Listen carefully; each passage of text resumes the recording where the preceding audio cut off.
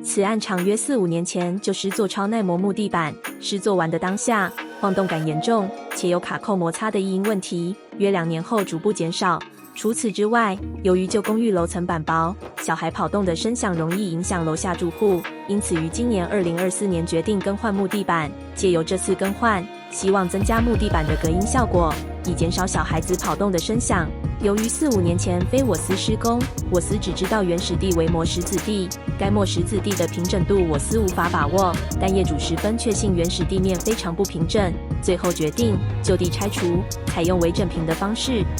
另外，为了增加隔音效果，本次采用1公分的 EVA 当底垫，地面完成度会比原来增高1公分。此为木地板完工后业主反馈。